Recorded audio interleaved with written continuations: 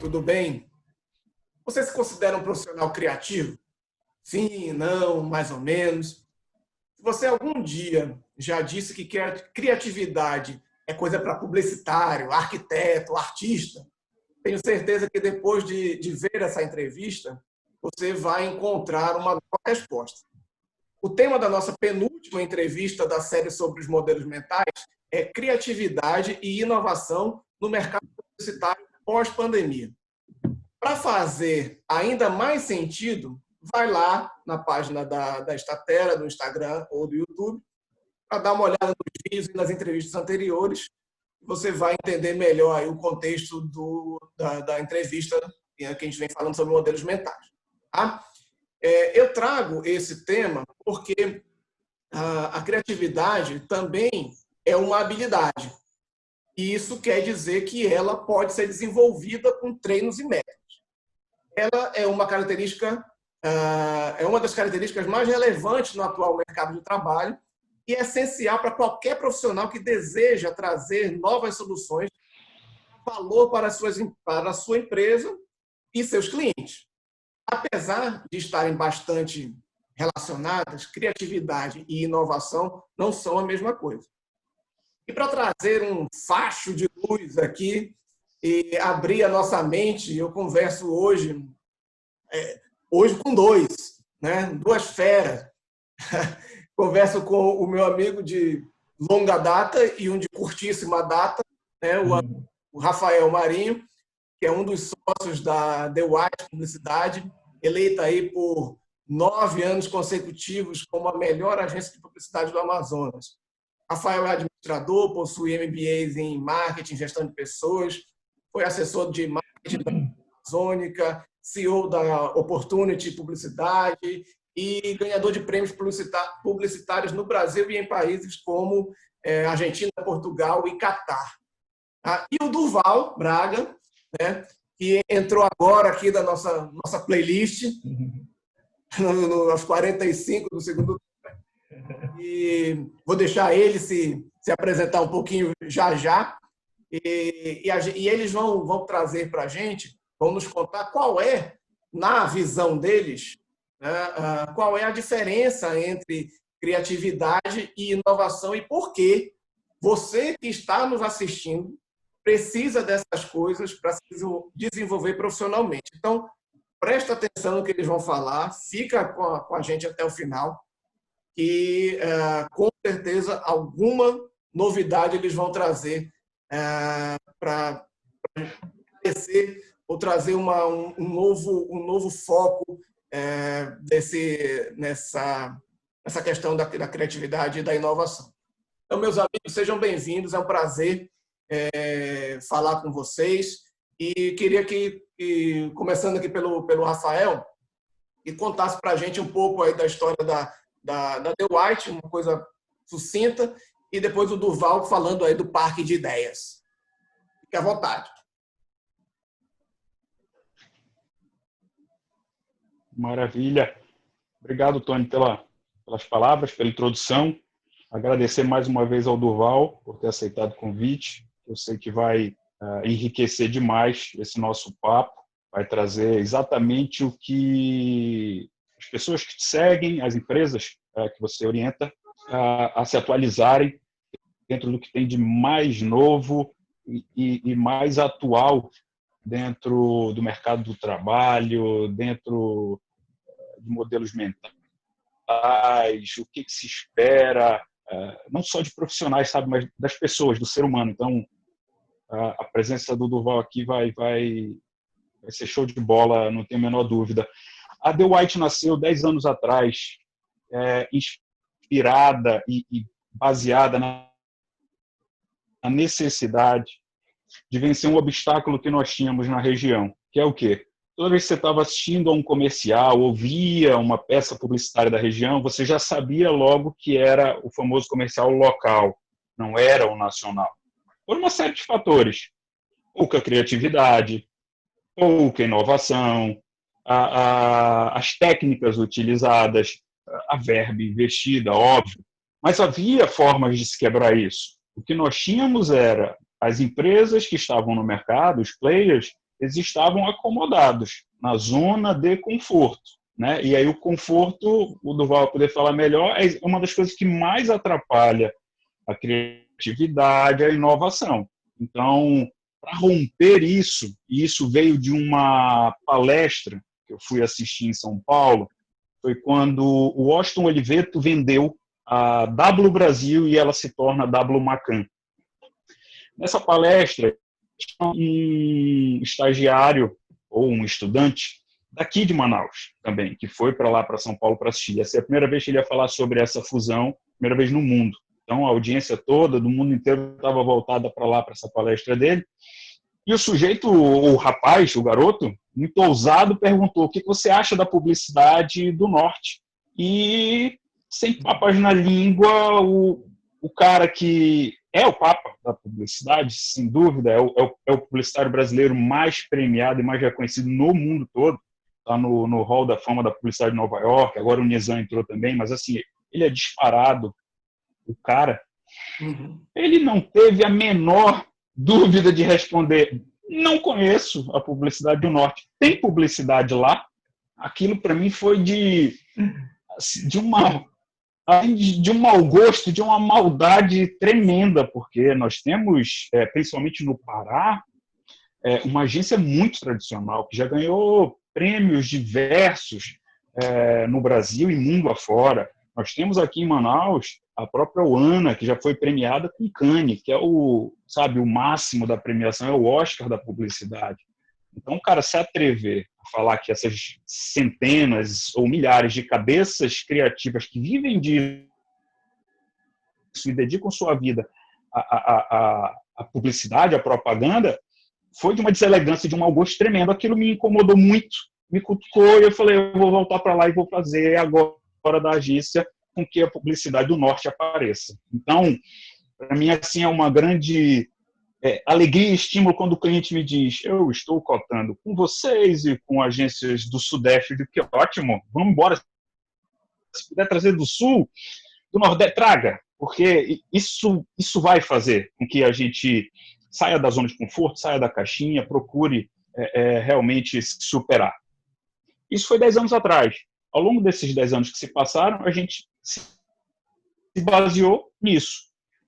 E aí, o Bernardinho fala isso, né? Para buscar excelência, ou você pratica todo dia, ou você não pratica hoje. Amanhã eu quero ser excelente, você excelente. Ou você faz todo dia, ou você não será nunca. Então, a gente está praticando todo dia, ao longo de 10 anos, a excelência. Então, o nosso processo seletivo para os profissionais que trabalham com a gente, para entrar na agência, os clientes que vão vir trabalhar com a gente, eles nos escolhem, mas a gente também escolhe eles. Tem que haver essa sinergia, tem que haver essa empatia. E se o perfil do cliente não vai nos permitir trabalhar todo o potencial que nós temos, aí a gente prefere ter uma conversa, explicar, e de repente cada um segue um outro caminho. Nós temos muitas agências em Manaus. E Durval, fala aí pra gente do parque. Então, gente, Antônio, muito obrigado pelo convite, Rafael também Estava aqui em casa trabalhando, achando que hoje eu estava de folga de vídeos, né? Quando o Rafael me surpreendeu com esse convite, que eu adoro, cara, eu adoro falar sobre isso, até porque a gente vive um pouco disso, né? E o interessante é, você citou, Antônio, o ócio criativo aí, eu compactuo com o Domênico de Masi quando ele fala que o trabalho do futuro ele vai envolver um pouco de trabalho, um pouco de divertimento, um pouco de lazer, tudo junto e misturado. Sim. E eu acho que se tem alguma coisa boa que a gente pode extrair desse momento crítico que a gente está enfrentando, dessa pandemia, é essa oportunidade da gente fazer uma espécie de uma revisão biográfica, né? E da gente mergulhar um pouco naquilo que é mais caro para a gente realmente.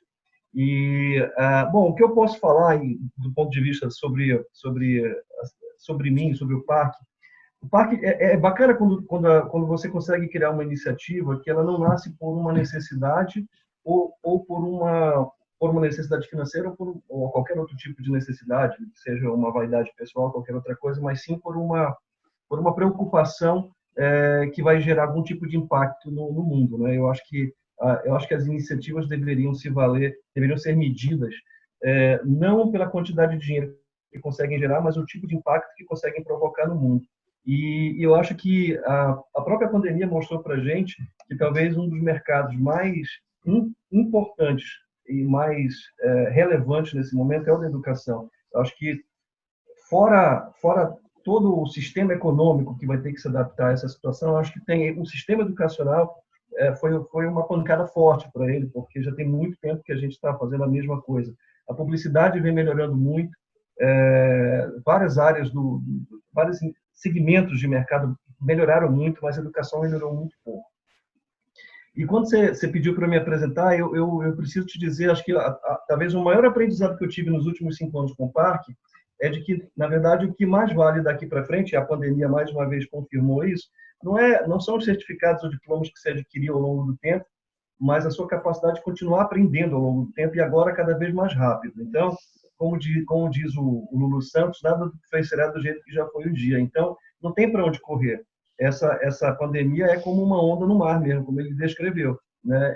O próprio Alvin Toffler já dizia que os analfabetos do século XXI não vão ser aqueles que não sabem ler ou escrever, mas aqueles que não souberem aprender, desaprender, para então reaprender. É o que a gente está tendo que fazer na marra. Então, acho que o que conta para nós três aqui, para todo mundo nesse momento, não são os diplomas, não são as vitórias, não é nada disso.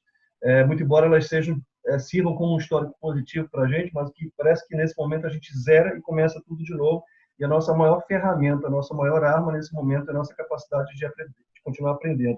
E quando a gente pensou no Parque de Ideias lá em 2014, e só para você ter uma ideia, eu levei para o Rafael a ideia sem ter uma ideia completa, né? Foi claramente um processo de cocriação, porque eu tinha uma ideia do que seria, uma vaga ideia do que seria, e o que aconteceu depois da minha reunião com o Rafael foi uma sequência de coisas que os americanos chamam de serendipity, ou serendipidade, que não tem em português uma tradução, mas seria alguma coisa como sincronicidade. O que aconteceu dali para frente foi uma série de eventos que, na verdade, não foram o acaso, mas sim, vou recorrer ao Paulo Coelho, né, uma coisa que eu faço normalmente, né, tinha que ser o tal do Maktub, né, estava escrito, não tinha jeito.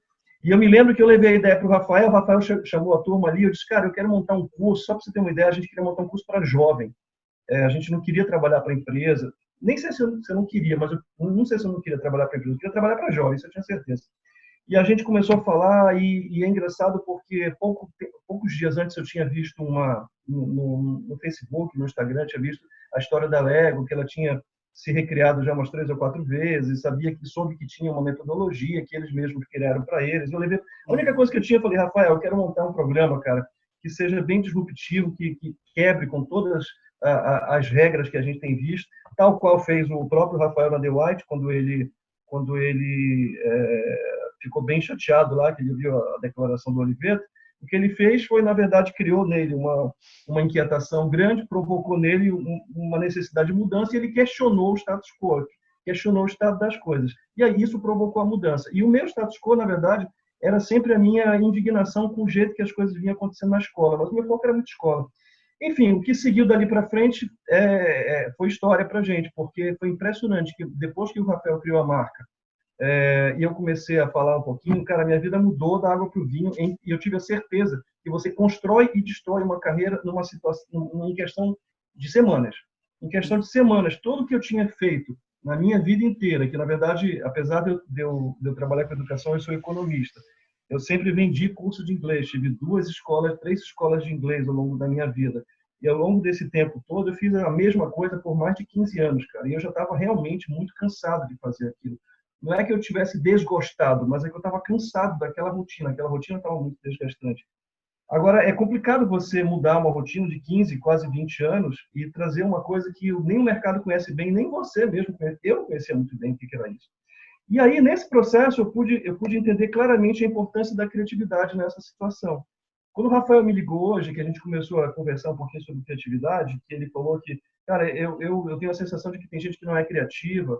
Eu falei, olha, realmente tem gente que beira quase o negativo na criatividade. Eu concordo com você, muito embora seja uma habilidade intrinsecamente humana e de natureza biológica, ou seja, todos nós temos capacidade, na medida que temos repertório, a gente tem capacidade de conectar ideias e criar alguma coisa. Então, o Parque de Ideias foi uma solução que a gente criou para os jovens. Hoje a gente não trabalha com jovens, na verdade a gente nunca chegou a trabalhar com jovens, isso que é mais curioso, que o processo criativo ele não é linear, o Rafael sabe muito bem disso, ninguém chega a uma ideia do ponto A ao ponto B, essa ideia ela vai para cima, vai para baixo, vai para cima, vai para baixo, e às vezes é o acaso, entre aspas, que é a teoria da criatividade pela inspiração, que as pessoas acham que existe o mito do criativo, né? E na verdade não existe isso. Uhum. É um processo absolutamente biológico que ocorre do lado direito do cérebro. Criatividade é a capacidade que a gente tem de resolver problemas com alguma coisa nova e que gere valor. O processo criativo, ele difere totalmente, não totalmente, mas ele difere não apenas da inovação, como do processo de imaginação também. Porque, por exemplo, a gente pega crianças Rafael tem criança pequena, 1, 2, 3 anos, ele olha para uma nuvem e vê um unicórnio ali, né? Aquilo ali não é criatividade, porque ela não tem repertório suficiente, é apenas um processo imaginativo. E não é criatividade porque não tem valor. Na medida que aquele pensamento, de alguma forma, resolve um problema e cria algum valor para alguma coisa, a gente tem um processo criativo. Mas ele só passa a ser inovação quando a gente emite uma nota fiscal. Ou seja, criatividade, inovação é criatividade emitindo nota fiscal. Enquanto não emitir nota fiscal, não é inovação, é simplesmente um processo criativo que pode ter valor, sim. Então, eu entendo que criatividade basicamente é isso. É a capacidade que nós, especificamente os humanos, temos de, a partir do nosso repertório, que para alguns é alto ou para outros é baixo, criar uma solução original para uma coisa, para uma necessidade específica que tem algum tipo de valor. Já a inovação é quando você gera dinheiro dessa solução que você resolveu. Eu não falei para você que era para ficar, para acompanhar o que esse cara ia falar? As 2 primeiras perguntas eu nem fiz. Eles responderam já. Já está respondido, que era exatamente qual é a ideia deles sobre o que é ser criativo e o que é inovação e como promover a cultura da inovação dentro dos ambientes de trabalho. Vocês atendem várias empresas do varejo, né? Então, como é que a publicidade ela está se preparando para atender as mudanças que esse setor do varejo já está requerendo, como, por exemplo, o atendimento omnichannel, né, que é o atendimento de vários canais simultâneos? Então, Tony, eu costumo falar que eu acho que o Durval compartilha, você também, isso já vinha acontecendo numa velocidade, num ritmo que cada empresa vinha trabalhando dentro das suas capacidades ou dentro do que imaginava de futuro, enfim, cada empresário com a sua forma de gestão.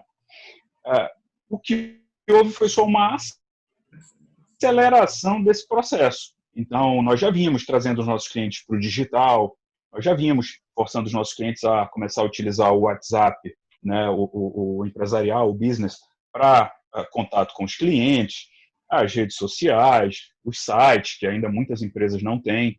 Então, a gente já vinha fazendo esse trabalho. Mas não adianta só a agência querer, né? O empresário tem que olhar a sua empresa para esse processo. E aí a pandemia, esse momento que a gente está vivendo, ele acelerou muito isso por uma questão de necessidade. Passou a ser vida ou morte para algumas empresas. Nós temos clientes que no primeiro momento, acho que no primeiro mês, o faturamento caiu 90%.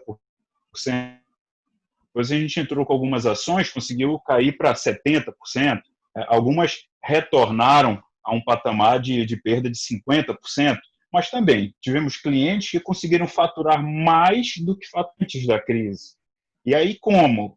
Sim, fazendo uso do que nós íamos falando e muitas vezes vinha sendo deixado de lado, porque querendo ou não precisa de um certo investimento, né? Você tem que investir em tecnologia, tem o site, tem o e-commerce, aí tem a logística, que é um problemão que a nossa região enfrenta e que os sites daqui de Manaus ainda passam. Grandes empresas de varejo vêm sofrendo muito com isso. Eu tenho profissionais na agência que fizeram compras em algumas delas, demoraram 20 dias para receber. Veja, de Manaus, então, fora, eu já sou um crítico por natureza da demora do nosso transporte interno. Eu acho ele surreal, porque você tem nos Estados Unidos entregas que acontecem no mesmo dia ou até em horas, vai do valor que você paga. Então, se você paga mais, recebe mais rápido. Paga menos ou não paga nada, você vai receber em X dias. Agora, 20, 15, eu acho demais para o Brasil. Veja que uma mercadoria para chegar da China no Brasil, ela demora 2 dias. Então, por que depois que chega em Curitiba, né, que é o primeiro ponto de parada, por que de lá até entregar em qualquer lugar, São Paulo, Rio, Manaus, demora 20, 30, 45 dias, 90 dias quando vem de fora? Então é muito tempo. Então, tem todos esses processos, e para mim os gargalos maiores são esses, é o de tecnologia e o de logística, que ainda se sofre. Então, o que houve, a gente já vinha trabalhando, é essa parte de digitalizar a coisa, é trazer, como você falou, o omnichannel, é apresentar outros canais de venda e não só o ponto de venda. Por outro lado, essa queda nos faturamentos, essa percepção da importância da loja física, ao meu ver, fez quebrar muitos paradigmas também que se vinha falando nos últimos 5 anos, que eram: os shoppings vão deixar de existir, as lojas não vão mais existir, tudo vai caminhar para o virtual, vai tudo caminhar para o e-commerce. E acabou de ficar provado que, se ficarmos só no digital, a queda de faturamento em média das empresas foi de 70%. Então, significa que só o digital não paga essa conta. O universo real, o mundo real ainda é muito importante. Então, você trocar um profissional numa indústria por um robô, esse é um processo que realmente vai ser natural, até por uma questão de melhoria de qualidade de processo, né? O robô falha muito menos do que um humano. Mas no varejo, ficou claro agora e provado que é exatamente a palavra que você usou, é o omnichannel. Tem que ser diversificação. Tem que pulverizar, tem que diversificar no digital, ou que eu vou anunciar só no meu Instagram, e vou esquecer da televisão, eu vou anunciar só, de novo, em alguma rede social, no Facebook, e vou esquecer de estar presente no mobiliário urbano, num outdoor.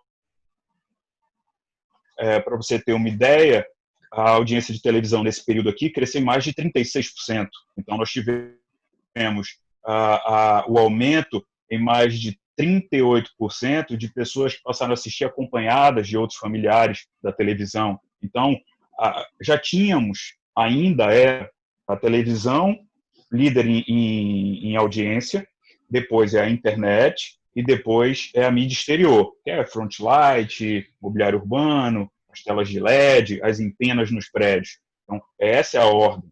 Então, isso cada vez mais se tornou primordial para as empresas. Então, para a gente, com os nossos clientes, eu percebo que, e no geral, acelerou-se os processos de digitalização da coisa, né? E fez também com que muitos empresários passassem a perceber a importância de cada canal de vendas. Uma palavra que entrou no nosso vocabulário já há algum tempo é a empatia. A pandemia ela intensificou o uso dessa palavra, né? E o mercado publicitário também, né? A gente vem vendo que eles vêm utilizando muito bem em várias campanhas a questão da empatia. A gente já pode dizer, você acredita que a gente já pode dizer que a pandemia mudou de forma definitiva, e aí vem mais uma coisa aí definitiva, né? O modelo de criação e de inovação, seja do mercado publicitário ou seja de criação e cocriação dentro das empresas? Olha, eu acho o seguinte, eu acho que as pessoas não vão se tornar muito mais empáticas por conta da pandemia. Eu acho que isso é uma bobagem. A gente está vendo isso, né?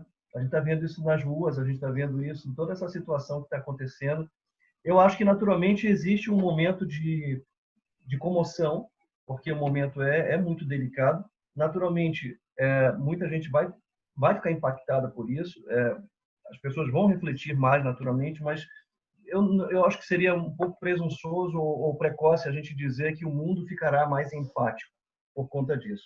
Eu acho que a gente está vivendo um momento, até porque isso é muito da natureza humana, né? É uma coisa que é difícil você desenvolver a empatia. Na verdade, o ser humano só acaba desenvolvendo a empatia.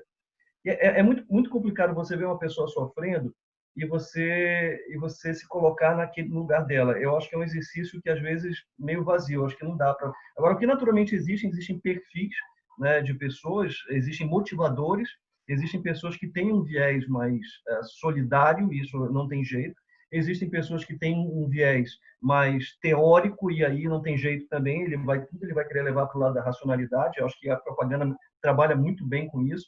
Eu acho que tem aqueles perfis mais das pessoas que querem poder, e essas pessoas, mesmo na pandemia, a gente está vendo isso claramente, né? Inclusive hoje eu fiz uma coluna de um assunto que eu acho lá na CBN, e vou fazer amanhã de manhã cedo no Bom Dia Amazônia, falando sobre isso. Eu acho que nós estamos vivendo uma crise de liderança.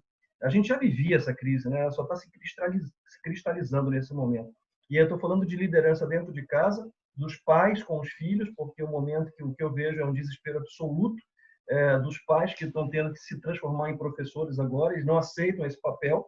Há quem diga, inclusive, que esse vírus foi criado por um professor chinês e queria se livrar dos alunos por um tempo, né?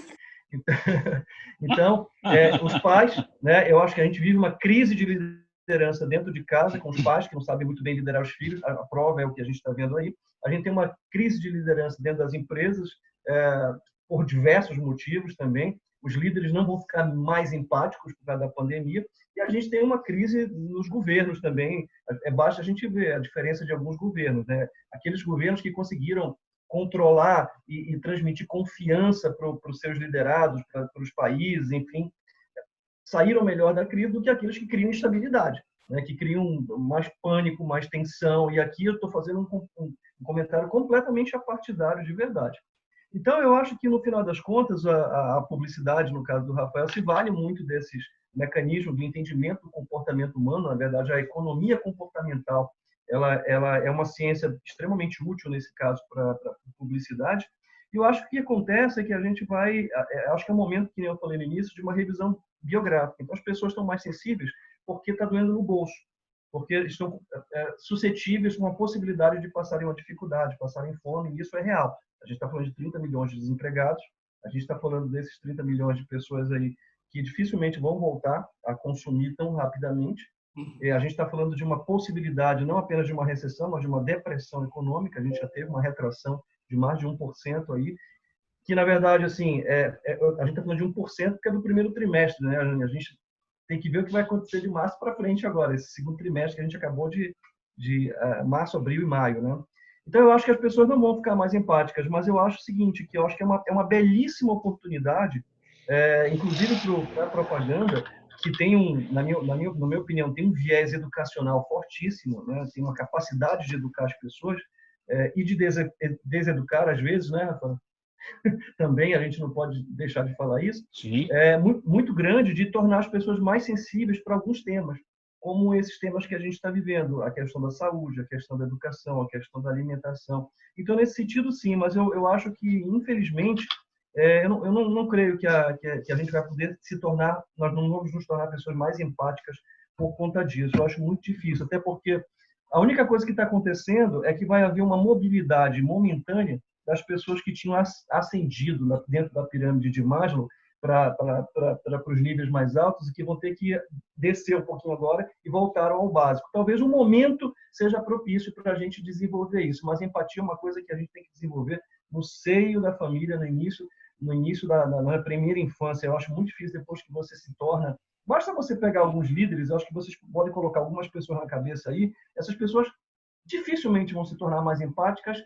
E eu digo mais para vocês, a gente está vivendo uma doença. O Brasil está adoecido nesse momento, completamente adoecido. As pessoas estão confundindo valores, né? Tem pai entendendo por que o Tony, bota o filho para fora, né? Da sala. Só que aí agora ele não pode botar o filho para fora, porque é fora de casa. Como é que vai fazer agora? Exatamente. Então, talvez pela dor Então, entendendo um pouco mais o que é empatia.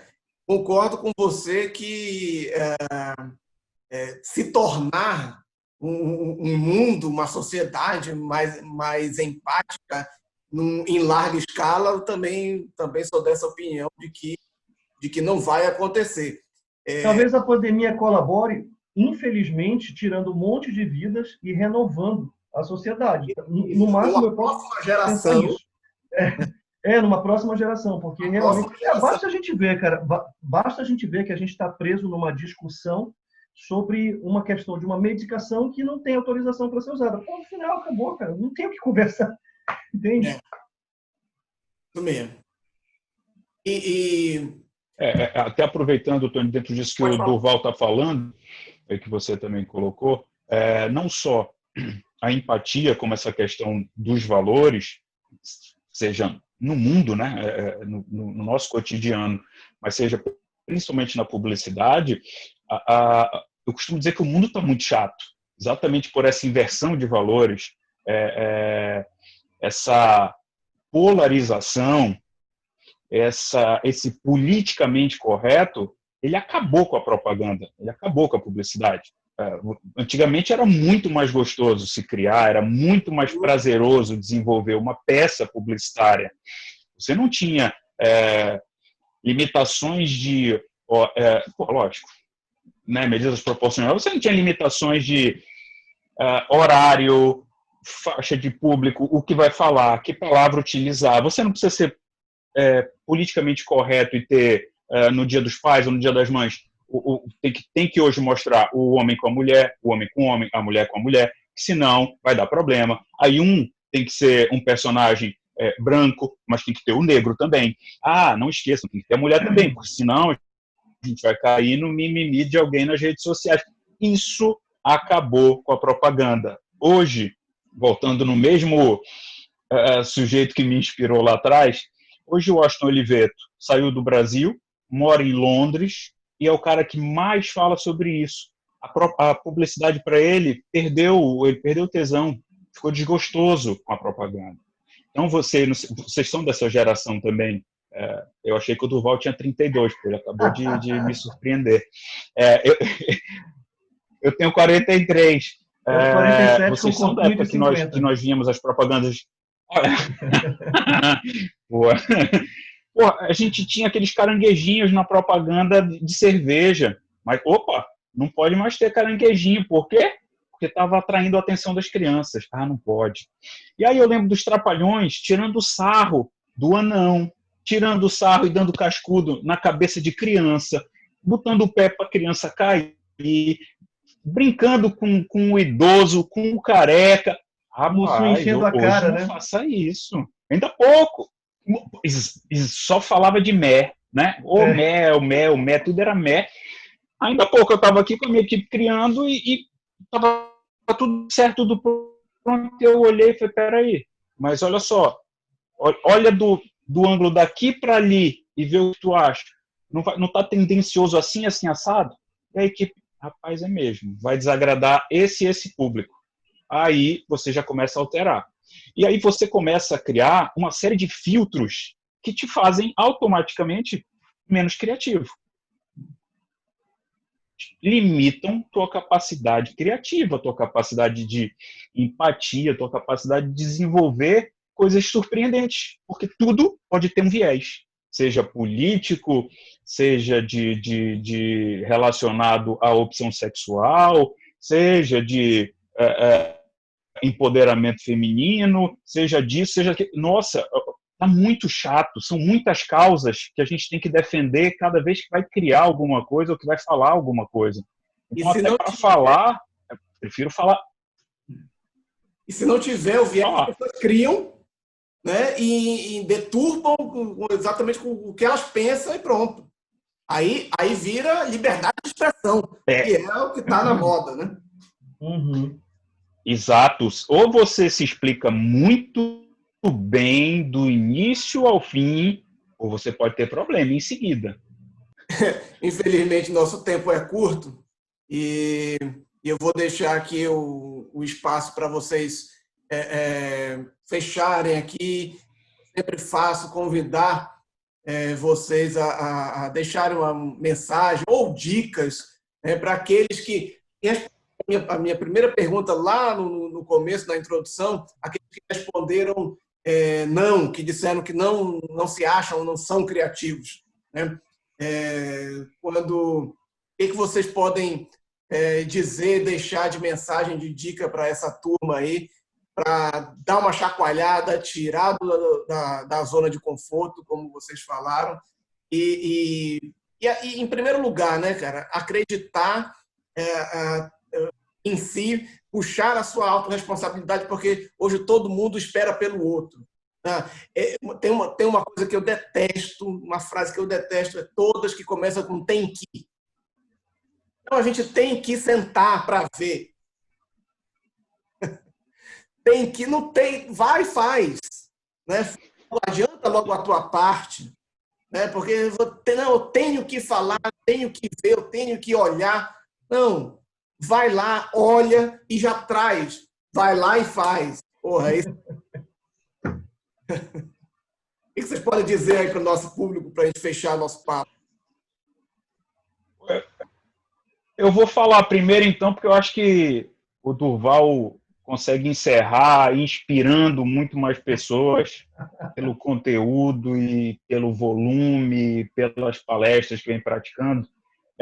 O que eu deixo de mensagem é: sejam curiosos, corram atrás, se questionem. Eu costumo dizer que se eu caminhei esse pouquinho que eu caminhei, foi porque a vida inteira e continuo sendo muito questionador, muito curioso. Eu quero saber o porquê das coisas, como é que elas são assim, por que fulano é bem sucedido e o outro não é, por que fulano conquista uma coisa e outro não, como é que lançaram aquele foguete ontem e por que ele tinha tela touchscreen e o de antes não tinha, por que eles não precisaram tocar em nenhum botão e a nave voltou e pousou numa plataforma milimetricamente em cima do X que estava marcado na plataforma lá no mar para as bandas da Irlanda, mas ele saiu da Flórida. Então, assim, e isso economizou, parece que $30 milhões no processo, e se fosse feito pela NASA, custaria o dobro, ou seja, uma iniciativa privada, a mente de um sujeito só, né, do Elon Musk, que faz essa coisa desenvolver junto com a equipe dele. Óbvio, ninguém faz nada sozinho, mas, pelo amor de Deus, principalmente quem está começando, tenha sede por aprender, sede por saber o porquê e mais humildade no mundo. Rafael, você roubou minha fala, cara, porque era isso mesmo que eu ia falar. Eu acho que fundamentalmente, nós precisamos nos manter curiosos. A curiosidade é o combustível da criatividade, a curiosidade é o combustível da inovação. Eu acho que a curiosidade é uma palavra legal porque ela consegue resumir, ela consegue congregar vários conceitos ao mesmo tempo. Eu acho que o cara que é curioso, ele ao mesmo tempo em que ele precisa ser humilde, né? E a humildade intelectual, como você bem falou, eu acho que é um requisito básico para você crescer hoje. Na verdade, o oposto dela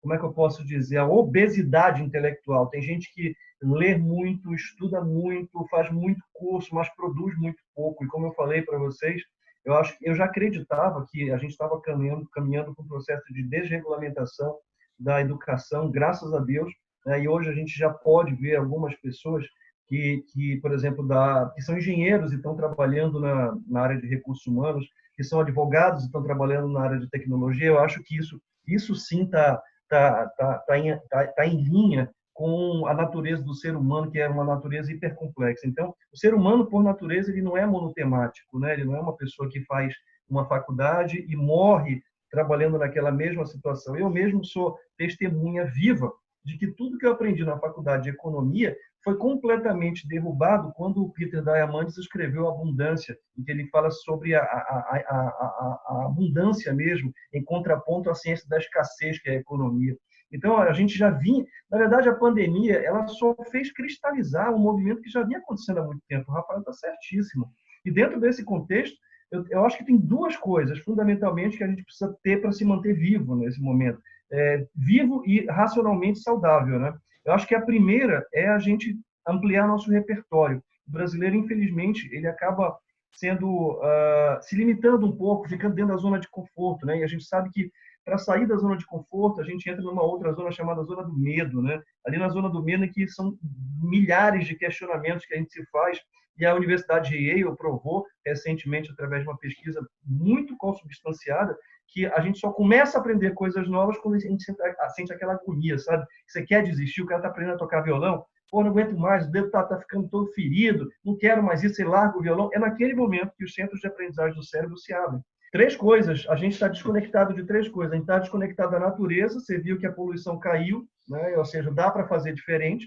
A gente estava desconectado dos próprios princípios e valores da companhia e, por conseguinte, desconectado dos seus clientes, porque eu acho que a grande sacada nesse momento é como é que eu me conecto com as causas do meu cliente.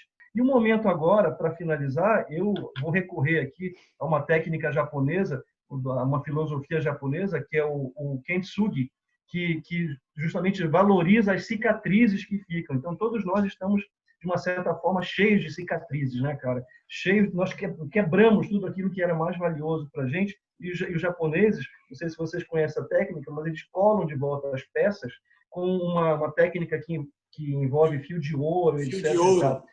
Não é? Então, eles valorizam, eles abraçam as cicatrizes. Então, acho que o que nos resta nesse momento é abraçar essas cicatrizes. E como dizia o Leonard Cohen, o músico, o poeta, acho que canadense, ele diz o seguinte: em tudo há fenda. E é por essa fenda que entra a luz. Gente, pô, saiu muito melhor. Rafael, obrigado por ter trazido esse cara aí. Saiu muito melhor do que a encomenda. Muito obrigado pela disponibilidade de vocês. Por realmente trazer muita clareza. Gente, então, obrigado. Eu fico aí à disposição. A gente já tem nossos contatos e redes sociais e a gente vai mantendo nosso contato. Vamos deixar passar mais não sei quantos anos aí para conversar de novo. Beleza? Valeu. Obrigado. Verdade. Obrigado, Antônio, pelo convite. Antes de mais nada, obrigado pela oportunidade. Obrigado. Beleza. Eu que agradeço. Obrigado, gente. Valeu. Obrigado. Tchau, tchau. Parabéns pelo trabalho. Tchau, tchau. Obrigado. Valeu.